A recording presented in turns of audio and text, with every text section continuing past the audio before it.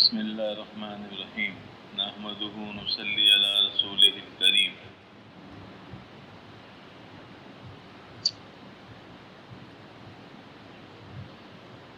ساتھیوں سے گزارش ہے کہ مجمع کے ساتھ بیٹھ جائیں، اللہ جزائے خیر عطا فرمائے۔ وقت تھوڑا ہوتا ہے تو اس کو قیمتی بنانے کے لیے شروع سے ہی آدمی فکر کے ساتھ بیٹھے گا انشاءاللہ العزیز۔ تو شب جمعہ میں آنے کا جو مقصد ہے، اللہ اپنے فضل و کرم سے ہماری اس طرف رہنمائی بھی فرمائیں گے، اور جس مقصد کو سامنے رکھ کر یہ سارے اعمال ہو رہے ہیں اس مقصد کے حصول میں اللہ ہماری مدد فرمائیں گے۔ میرے محترم بھائیوں، بزرگوں، دوستوں، اللہ رب العزت نے دنیا اور آخرت کی کامیابی کے لیے حضور اقدس صلی اللہ علیہ وسلم کو جو دین مرحمت فرمایا ہے، اس دین میں اللہ نے دنیا کی بھی کامیابی رکھی ہے اور آخرت کی بھی کامیابی رکھی ہے۔ اللہ رب العزت نے بے شمار ہم پہ احسانات کیے ہیں، اس میں ایک احسان اللہ کا یہ بھی ہے کہ اس کامیابی کو حاصل کرنے کے لیے جو محنت کا وقت ہے، یعنی اتنی بڑی کامیابی کو حاصل کرنے کے لیے جو محنت کرنی ہے، جدوجہد کرنی ہے، زور لگانا ہے، وہ وقت بہت مختصر سا دیا ہے، بہت ہی مختصر ہے، لیکن اس کے اوپر جو انعامات ملیں گے، جو راحتیں، سکون، اطمینان ملے گا، جو محلات ملیں گے، جو اللہ رب العزت کی چاہت کی نعمتیں ملیں گی، وہ وقت لامحدود ہے، کبھی بھی ختم نہیں ہوگا۔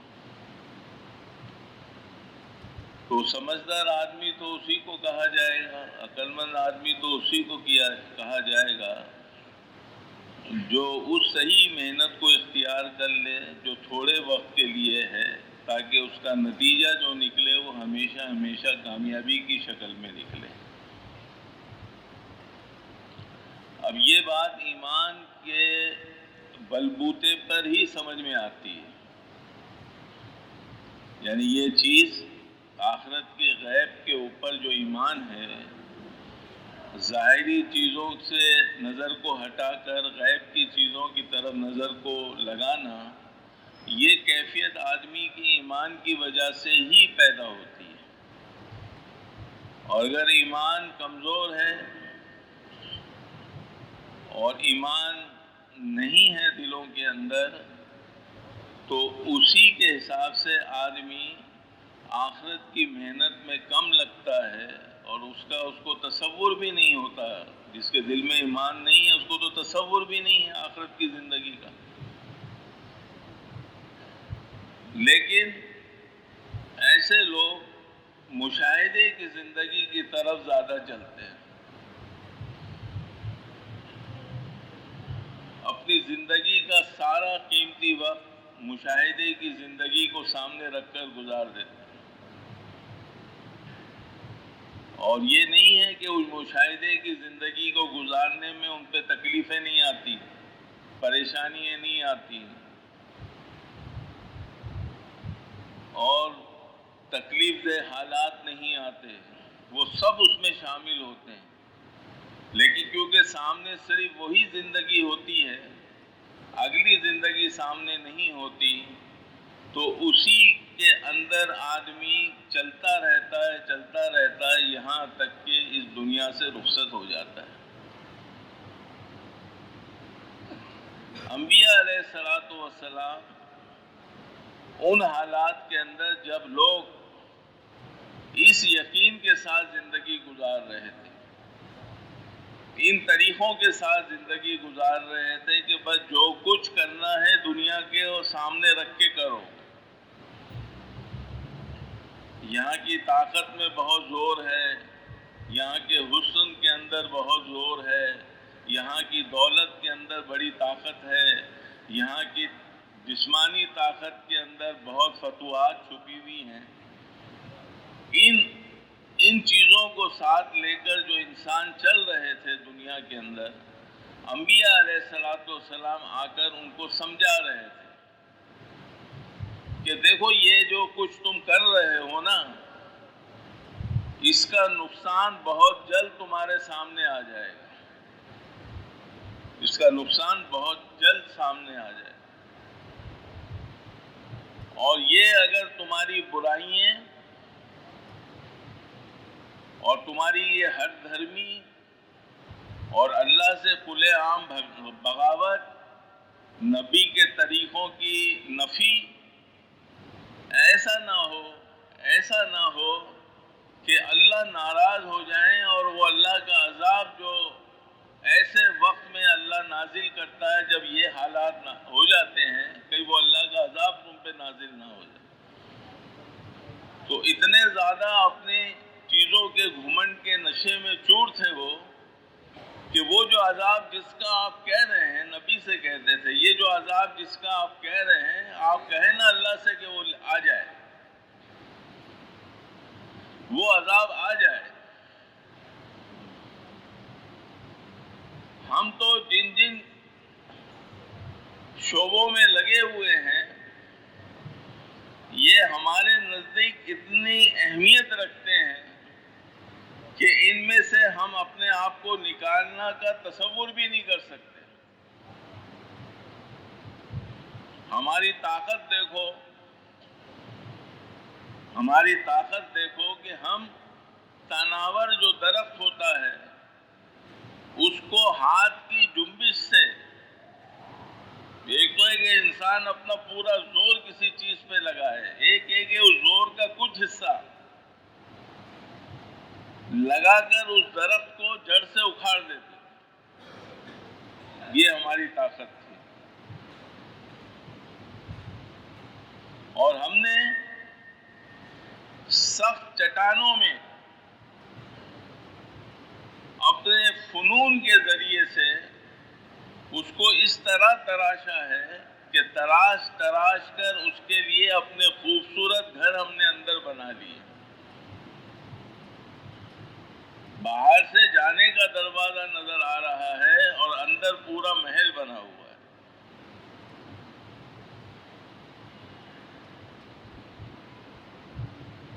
اور کسی نے کہا کہ یہ اتنا کچھ میرے اختیار میں ہے کہ ایسا کلمہ کہہ دیا کہ مجھ سے بڑا رب ہے کون؟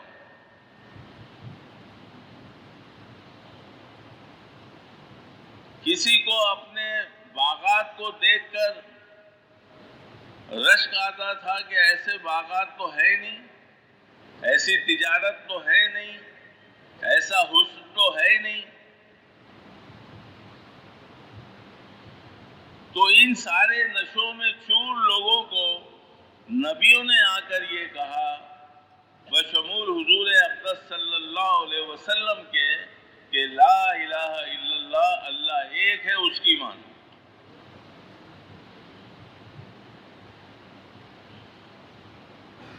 یہ ساری کامیابی کی شکلیں جو تم سمجھ رہے ہو،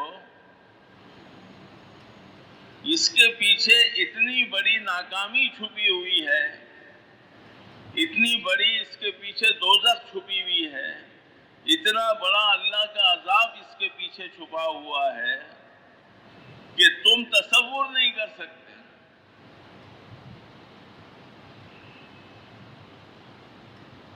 اور یہی نہیں کہ ان حالات کو سامنے رکھ کر ہی نبی نے بات کی ہو، مرنے کے بعد جو احوال آنے والے ہیں اس کی بھی بات ان سے کی ہے کہ تم تمنا کرو گے، تمنا کہ یہ سب کچھ ہم سے لے لو، یہ سب کچھ ہم سے لے لو، اور ہمیں ایک دفعہ دنیا میں بھیج دو، تمہیں دوبارہ دنیا میں بھیجا نہیں جائے گا، یہ سمجھ لو۔ وہ ساری منتیں، سماجتیں، اور وہ رونا اور چلانا، دھاڑے مارنا، اپنے ہاتھوں کو چبا لینا، خون کے آنسوؤں کا نکلنا، یہ تمہارے کسی کام نہیں آئے گا تمہارے کسی کام نہیں آئے گا اگر تم اس مشاہدے کی زندگی میں غیب کا یقین بنا کر نہیں جاؤ گے کہ کچھ تمہارے کام نہیں آئے گا۔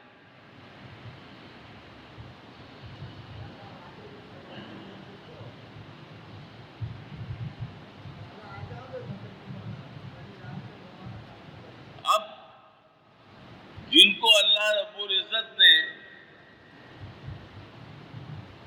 یہ باتیں سنوائیں اور نبیوں نے ان کے سامنے ساری بات رکھی، کچھ تو لوگ اس بات کو مان کر نبی کے راستے پر آ گئے اور کچھ لوگوں نے انکار کر دیا، اور پھر وہ سارا نظام جو حرکت میں آتا ہے وہ حرکت کے اندر آیا، اور اللہ رب العزت نے مختلف عذابات کی شکلیں ان کے اوپر بھیج کر ان کو نیست اور نابود کر دیا۔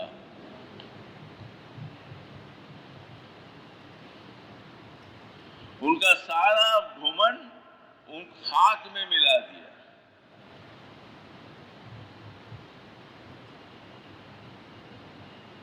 کہ یہ ہوا، اس ہوا نے لوگوں کو اٹھایا ہے زمین سے اور اوپر تک لے کر گئی ہے وہ ہوا ان کو، اور اوپر سے ان کو پٹکا ہے نیچے، اور یوں بیان کیا گیا کہ ایسے معلوم ہوتے تھے جیسے کھجور کے تنے زمین کے اوپر پڑے ہوئے ہیں۔ تو جنہوں نے اپنی آنکھوں سے وہ حشر دیکھا تھا، جنہوں نے اپنے کانوں سے وہ باتیں سنی تھی، تو کہنے لگے کہ یہ ہوا کی طاقت کی وجہ سے یہ مر گئے۔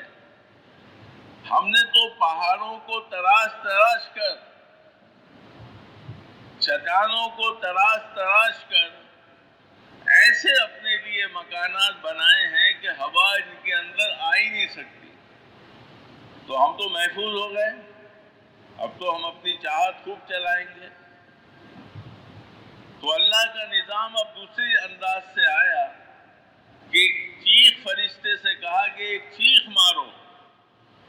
اس فرشتے نے جو چیخ ماری ہے، جوں جوں اس کی آواز بڑھتی چلی گئی، اون کلیجے پھٹتے چلے گئے۔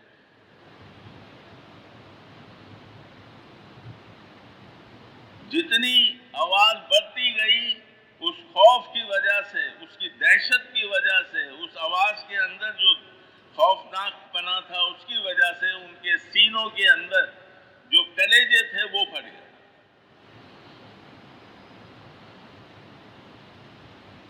اور ہمیشہ کے لیے اپنا نام نافرمانوں میں لکھا کر عذاب کے مستحق بن کر اس دنیا سے چلے گئے، ہمیشہ کے لیے۔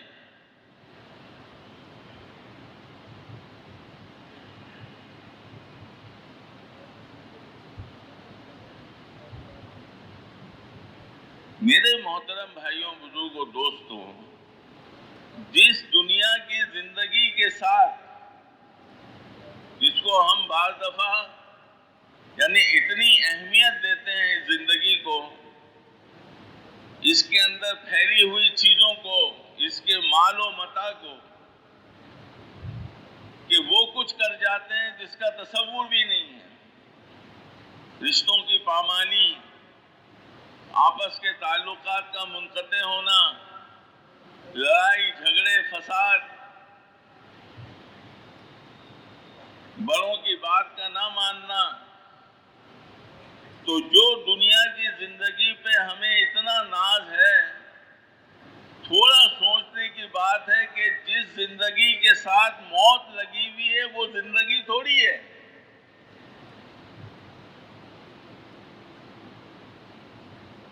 جس زندگی کے ساتھ موت چل رہی ہے، سر پہ موت ہے، جس زمین کے اوپر چل رہا ہے اس پہ چیزیں پھیلی ہوئی ہیں، وہ آنکھوں سے نظر آ رہی ہے، کان ان چیزوں کو سن رہے ہیں، دماغ اس کو سوچ رہا ہے، اور موت سر پہ ہے۔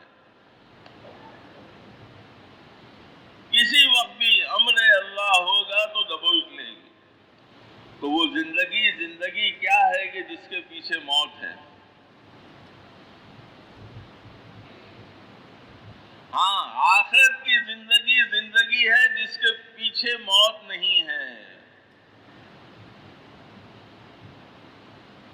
جس کی نعمتیں ہمیشہ کے لیے ہیں، جس کی راحتیں ہمیشہ کے لیے ہیں، جس کی جوانی ہمیشہ کے لیے ہے۔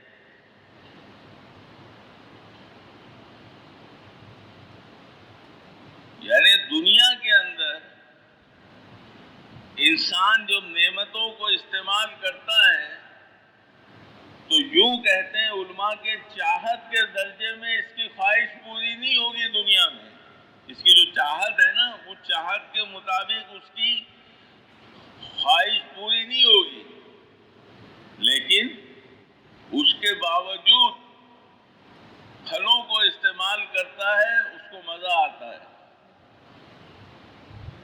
گوشت مختلف اقسام کا بنتا ہے، چاول مختلف قسم کی بنتے ہیں، ان کو استعمال کرتا ہے، وقتی طور پر اس کو مزہ آتا ہے۔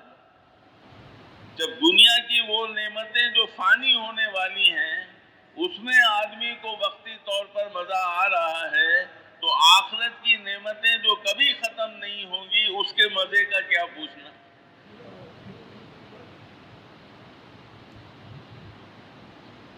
وہ تو استعمال کرنے کے اوپر بھی اکتائے گا نہیں آدمی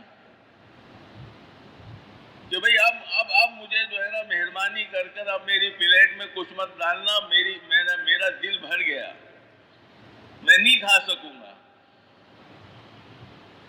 اچھا یہ دوسری ڈش لے لیجئے، کہیں گے نہیں میں اس کو بھی نہیں کھا سکتا۔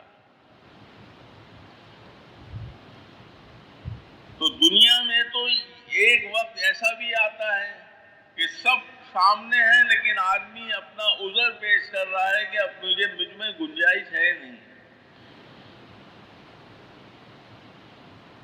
لیکن آخرت کی زندگی میں، جنت کی زندگی میں، اللہ کی رضا والی زندگی کے اندر جو آتا رہے گا کھاتا رہے گا، جو آتا رہے گا کھاتا رہے گا، یوں نہیں کہے گا کہ بس، لذتیں بڑھتی رہیں گی، ان لذتوں سے جو سرور آئے گا وہ بڑھتا رہے گا،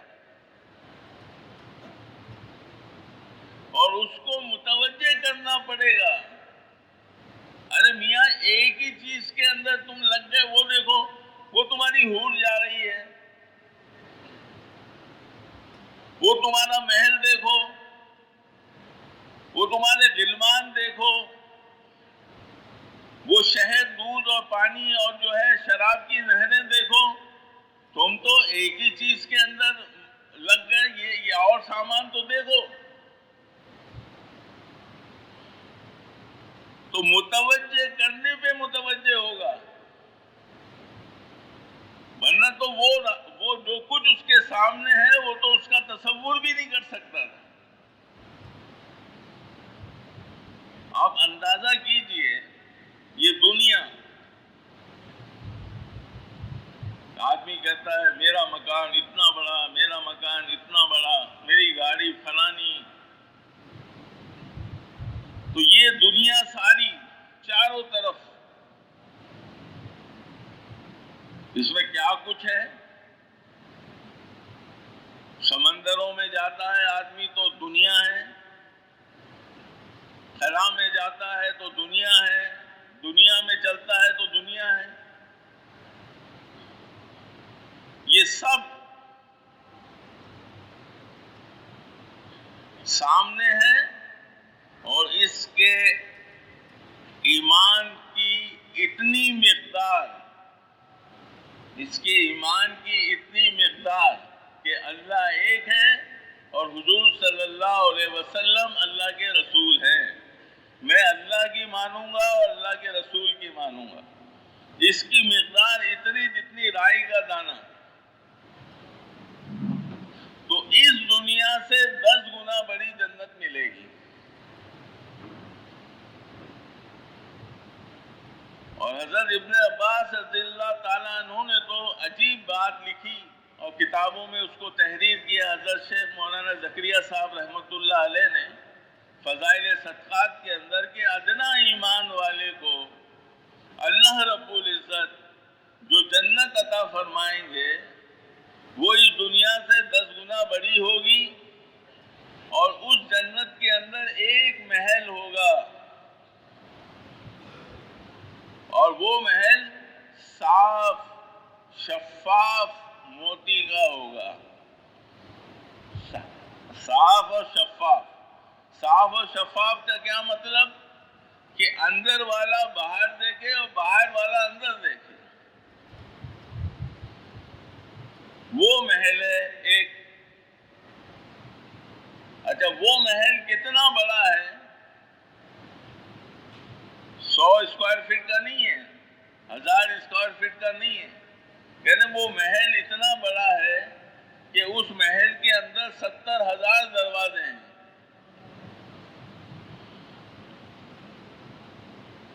اس ایک محل میں 70,000 دروازے ہیں۔ ایک محل کی بات ہو رہی ہے، پوری جنت کی نہیں۔ اچھا بھئی، 70,000 دروازے، یہ مدنی مسجد کے اندر داخل ہونے کے لیے یہ تقریباً 40,000 اسکوائر فٹ کی جگہ ہے، 5 دروازے ہیں کہ 5 دروازے کھول دیے جائے تو مجمع سہولت سے اندر آ جائے، 3 کھلتے ہیں، دو بند رہتے ہیں، اتنی بڑی مدنی مسجد کے اندر۔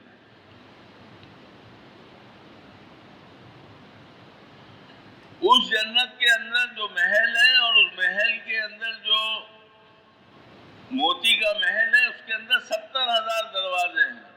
اب بتاؤ کتنی بڑی ہوگی؟ اور اس 70,000 کمرے، اور ہر کمرے میں 70,000 دروازے۔ اب آپ سوچ لو،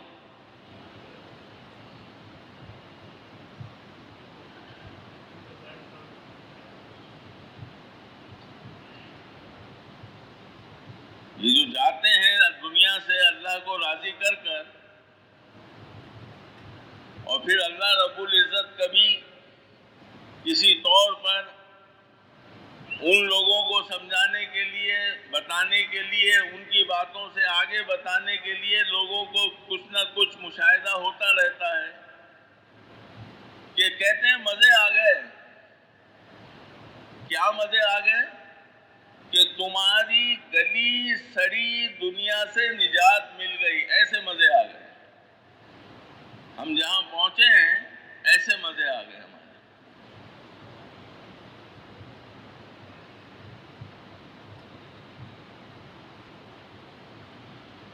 وہ کہتے ہیں ایک شخص بہت گناہگار اور گناہگار آدمی ہوتا ہے جس محلے میں، جس علاقے کے اندر، تو اس کا شر بہت زیادہ ہوتا ہے۔ اچھے جو ہے اس سے شر سے بچنے کی کوشش کرتے ہیں، دور رہتے ہیں اس سے، اور بات سوچتے ہی رہتے ہیں کہ یار کب پتہ نہیں اس سے نجات ملے گی، اس نے تو پورے محلے کا ماحول ہی خراب کر دیا ہے۔ تو اس قسم کا ایک آدمی اس محلے میں رہتا تھا، اس کا انتقال ہو گیا۔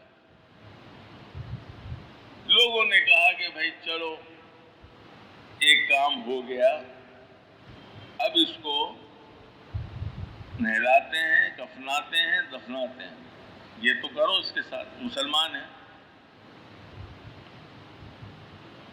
پورا محلہ ایک طرف، اور وہ ایک آدمی جو یہ چاہتا ہے وہ ایک طرف۔ کسی نے اس کو وہ نہیں کرنے دیا، کہا نہیں، اس کو ایسے ہی پڑا رہنے دو، گل سڑ کر ختم ہو جائے گا، اس کے ساتھ کوئی معاملہ نہیں ہوگا خیر خائی کا، اور جو کرے گا وہ بھی اس علاقے میں نہیں رہے گا۔ اب تو وہ بڑا پریشان ہوا، اس نے کہا کہ اتنا زیادہ تو نہیں آدمی کو جذباتی ہونا چاہیے، جو تھا ہو گیا، مر گیا، اب چھوڑو اس کے پیچھے بیچارے گا۔ تو رات میں اس نے اپنے گھر سے اونٹ نکالا، اور اونٹ نکال کر اس لاش کو اس اونٹ کے اوپر رکھا، پوری بستی والے سو رہے ہیں، اور چلا گیا ایک طرف ویرانی کی طرف کہ چلو چلتے ہیں، آگے جا کے دیکھیں گے۔ جب صبح صادق پھوٹنے لگی، اس کی روشنی پھیلنے لگی، تو دیکھا کہ سامنے سے ایک آدمی اور آ رہا ہے۔ دونوں ملے، پوچھا کون ہو تم؟ کہا میں فلاں گاؤں میں رہتا ہوں، ایک آدمی مر گیا ہے، ایسا ہو گیا اس کے ساتھ، اس کو دفنانے کے لیے جا رہا ہوں۔ اس نے کہا کہ میرا گھر قریب میں ہے، میں بھی کسی سفر سے میری واپسی ہے، گھر جا رہا ہوں، کچھ دیر میں گھر پہنچ جاؤں گا، تم میرے ساتھ چلو جب تک صبح بھی ہو جائے گی۔ دونوں گئے، اس کو نہلایا، کفنایا، دفنا دیا، اور یہ واپس اپنے اونٹ پہ واپس آ گیا۔ تھکا ہوا تھا، سو گیا۔ خواب میں کیا دیکھتا ہے کہ ایک باغ ہے، اس باغ کے اندر ایک تخت ہے، اس تخت پہ گاؤ تکیے لگے ہوئے ہیں، ایک نوجوان بیٹھا ہوا ہے اور اس سے کہہ رہا ہے تم مجھے پہچانتے ہو میں کون ہوں؟ تو اس نوجوان نے کہا کہ میں نہیں پہچانتا تم کو کہ تم کون۔ نوجوان نے سے اس آدمی نے کہا میں تم کو نہیں پہچانتا، تم کون ہو؟ کہا میں وہی گناہگار مسلمان ہوں جس کی گناہوں کی وجہ سے مجھے کوئی دفنانے کے لیے تیار نہیں تھا۔ تو اس نے کہا پھر یہ معاملہ؟ تو کہا اللہ نے میری مغفرت کر دی۔ تو بھئی کس بات پہ کی؟ کس عمل پہ کی؟ کہا کہ یہ تو بخشش ہو گئی ہے، مجھے پوچھنے کا حوصلہ نہیں تھا، معاف کر دیا، میں بھاگ گیا۔ میں نے کہا چلو کام ہو گیا، جنت میں آ گیا، اپنے بیٹھ گیا۔ تمہیں اس معاملے کو سمجھنا ہے تو اسی آدمی کے پاس جاؤ جس کے ساتھ مل کر تم نے مجھے دفنایا تھا۔ یہ اس آدمی کے پاس گیا اور جا کر اس سے پوچھا کہ بھئی کیا ایسا پڑا، کیا ایسا کیا کہ جس کی وجہ سے اس نوجوان کی مغفرت ہو گئی؟ تو اس آدمی نے یہ کہا کہ میں جب اس کو دفنا رہا تھا زمین میں، تو میں نے اللہ رب العزت سے یہ درخواست کی کہ اے میرے اللہ، یہ مسلمان گرچہ گناہگار کہتے ہیں، یہ گناہگار تھا، اگر یہ مہمان بن کر میرے پاس آتا نا تو میں اس کی مہمانی کے لیے ایک اونٹ ذبح کرتا۔ مسلمان اتنا قابل قدر ہے کہ مہمان کی حیثیت سے آیا ہے تو میں اس کے لیے ایک اونٹ ذبح کرتا، لیکن اللہ یہ میرے پاس آیا ہے مردہ حالت میں اس کا کوئی اکرام نہیں کر سکا، لیکن اب بھیج رہا ہوں تیرے پاس۔ تو جواب دینے والے نے جواب دیا کہ ہمارے پاس بھیج رہے ہو، اگر یہ زندہ ہوتا تو اس کا تم اکرام کرتے، ہمارے متعلق کیا تمہارا خیال ہے کہ ہم ایسے ہی اس کو چھوڑ دیں گے؟ جاؤ، ہم نے اس کی مغفرت کر دی، سب کچھ معاف۔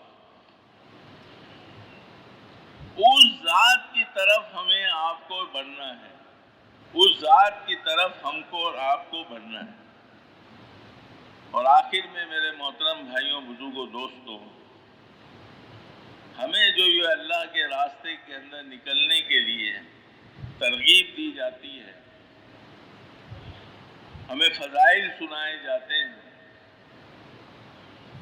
ہمیں حضور صلی اللہ علیہ وسلم کی زندگی بتائی جاتی ہے، صحابہ کی زندگی بتائی جاتی ہے، کیونکہ ہمارے سامنے ہے نہیں، اس وجہ سے ہم اس جوش اور جذبے کے ساتھ جو اس محنت کو کرنا ہے، اس کے تقاضوں پہ چلنا ہے، اس میں کمی پائی جاتی ہے۔ ایک تقاضا ہمارے سامنے یہ رکھا جاتا ہے بھئی اس کام کو کس نے اپنی زندگی کا مقصد بنا لیا؟ تو بھئی کس نے بنا لیا اس کام کو اپنے زندگی کا مقصد؟ کس نے بنایا؟ بھئی ذرا ہاتھ تو اٹھاؤ، کس نے بنایا اس کام کو اپنے زندگی کا مقصد؟ جب زندگی کا مقصد بنا لیا ہے تو اس مقصد کے لیے جو تقاضے ہیں اس کو بھی تو پورا کرنا ہے نا۔ اس کے لیے جو ہے وہ نقل و حرکت ہے. عبداللہ بن مبارک رحمۃ اللہ علیہ کا نام سنا ہے نا آپ حضرات نے؟ بڑے پائے کے ایسے محدث ہیں کہ کسی نے آج تک ان کی بات پہ کلام نہیں کیا. کوئی کمزوری، کوئی ایسی چیز ان کی بات میں نہیں نکلی اب تک. علماء فرماتے ہیں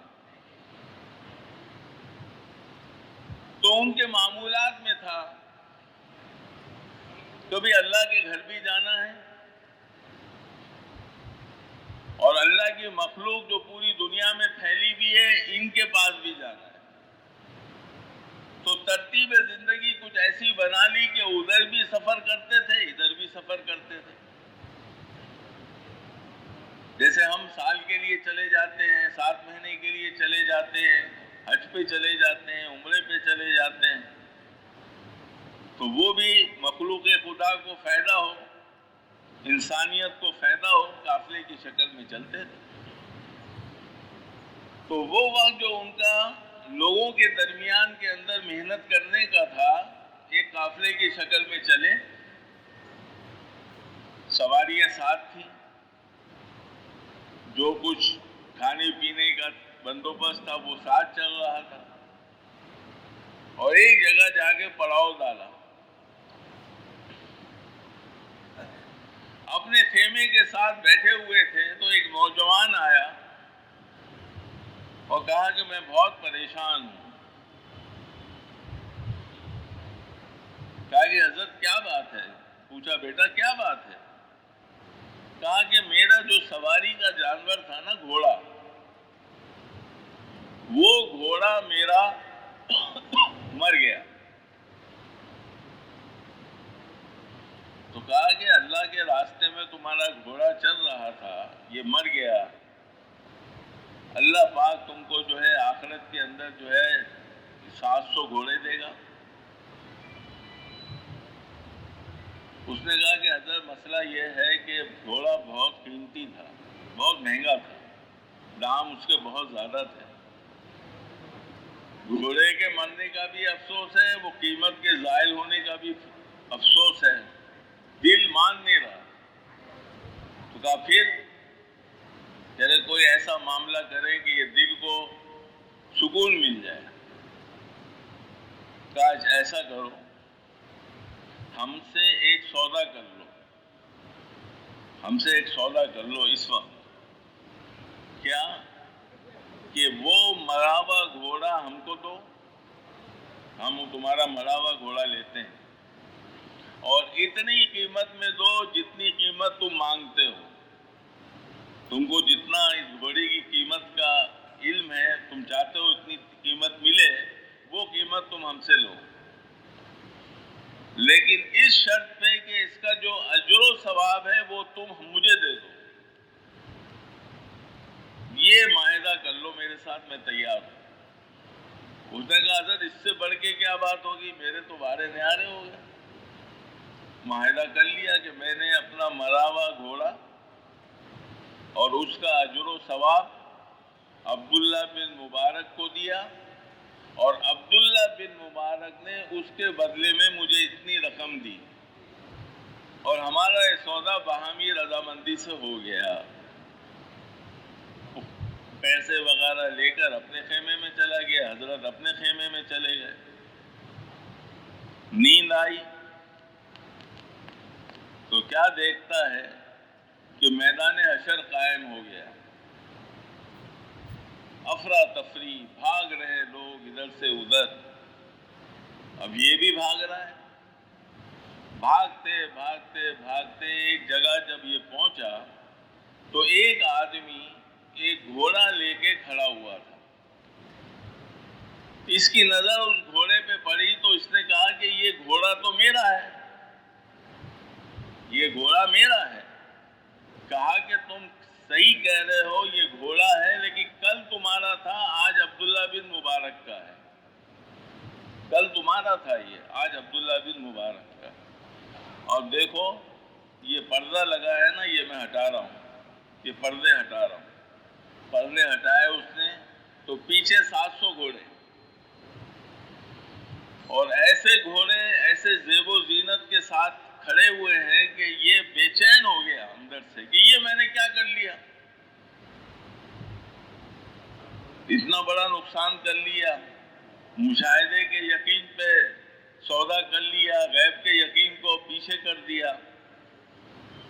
تو آنکھ کھل گئی، تو بھاگا ہوا آیا عبداللہ بن مبارک کی خدمت میں، تو وہ بیٹھے ہوئے تھے، جب اس کو دیکھے بھاگا ہوا آ رہا ہے تو کہنے لگے کہ صاحبزادے بات سنو، جو تم سوتے ہوئے دیکھتے ہو وہ ہم جاگتے ہوئے دیکھتے ہیں، جو تم سوتے ہوئے دیکھتے ہو وہ ہم جاگتے ہوئے دیکھتے ہیں۔ تو اللہ اور اس کے رسول کی بات پر یقین کرنا۔ ابو ہریرہ رضی اللہ تعالیٰ عنہ روتے ہوئے آئے حضور صلی اللہ علیہ وسلم کی خدمت میں، کہا ابو ہریرہ کیا بات ہے، کیوں اتنا رو رہے ہو؟ کہا کہ آج تو میری والدہ نے حد کر دی، بہت ہی نامناسب باتیں آپ کے تعلق سے کہی ہیں، جس کا مجھے افسوس ہے اور مجھ سے ضبط نہیں ہو سکا کہ میرے پیارے نبی کو کوئی کچھ کہے۔ اے اللہ کے رسول صلی اللہ علیہ وسلم، اب تو ان کی دعا کے لیے، ان کی ہدایت کے لیے، دعا کے لیے ہاتھ اٹھا دیں، بس اب تو بس میری برداشت سے باہر ہے۔ تو حضور صلی اللہ علیہ وسلم نے دعا کے لیے ہاتھ اٹھائے ابھی، اور یہ وہاں سے بھاگے، گھر پہنچے، گھر میں کے اندر سے آواز آئی کہ خبردار اندر مت آنا، میں غسل کر رہی ہوں۔ ان کی ماں نے کہا، غسل کر کے ماں باہر آئی اور کہی کہ مجھے کلمہ پڑھا اپنے نبی کا کہ تیرے نبی کا کلمہ کیا ہے، اور مسلمان ہو گئے۔ انہوں نے آ کے حضور صلی اللہ علیہ وسلم کو خوشخبری دی کہ آپ کی دعا کو اللہ نے قبول فرما لیا۔ تو صحابہ نے پوچھا کہ ابو ہریرہ، حضور نے دعا کے لیے ہاتھ اٹھائے تھے، تم بھی دعا میں شریک ہوتے، تم تو واپس پلٹے بھاگے، کیوں بھاگے؟ کہا میں اس لیے تیز بھاگا ہوں کہ میں یہ دیکھ رہا تھا کہ حضور کی دعا پہلے پہنچتی ہے یا میں پہلے پہنچتا ہوں،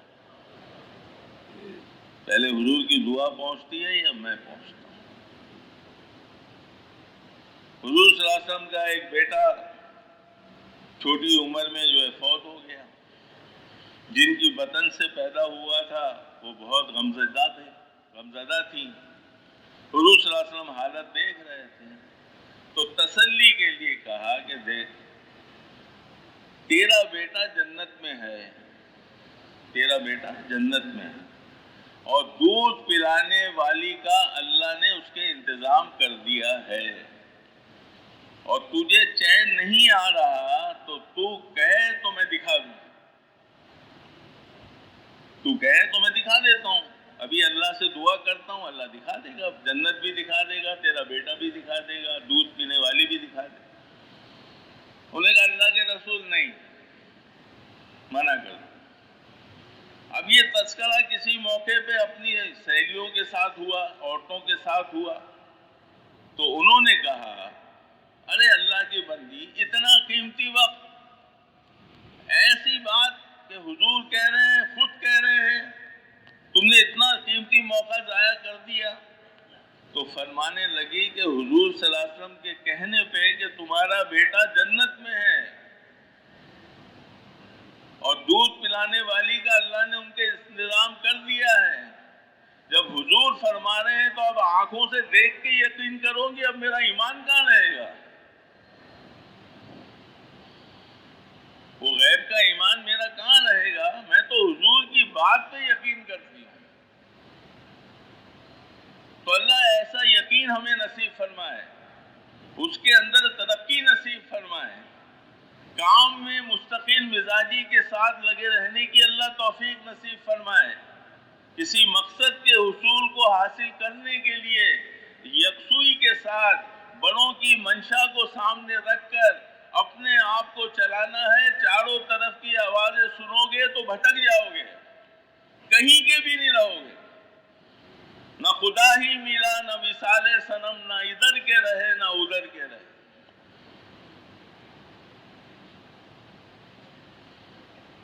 حاجی عبدالوہاب صاحب رحمۃ اللہ نے فرمایا، میں نے اس بات کو اپنے کانوں سے سنا اور سامنے سنا۔ فرمانے لگے کہ اب قیامت تک کام شورا والوں کے ذریعے سے ہوگا۔ سن لو، اللہ کی مدد شورا والوں کے ساتھ ہے، اور یہ اپنی ذات کے اعتبار سے جیسے تیسے بھی ہوں، اللہ کی مدد ان کے ساتھ ہے۔ تو اپنے بڑوں کے ساتھ مل کر ان کی منشا کو پہچانتے ہوئے جو کہا جا رہا ہے اس طرح کرتے ہوئے انشاءاللہ کام کریں گے تو انشاءاللہ ترقی کریں گے، اور موت کے بعد پتہ چل جائے گا کہ اللہ رب العزت نے کیا معاملہ فرمایا۔ اللہ ہم سب کو توفیق نصیب فرمائے۔ تو بتاؤ بھائی، پوری زندگی کے لیے کون تیار ہے؟ مغرب کی نماز کے بعد انشاءاللہ بیان ہوگا، بیان کے بعد تشکیل کے بعد ارادے، ان ارادوں کے اندر اپنے ناموں کو لکھائیں اور اپنی نقد تشکیلیں انشاءاللہ کریں۔ اللہ توفیق نصیب فرمائے۔ سبحانک اللہم و بحمدک، نستغفرک ونتوب الیک۔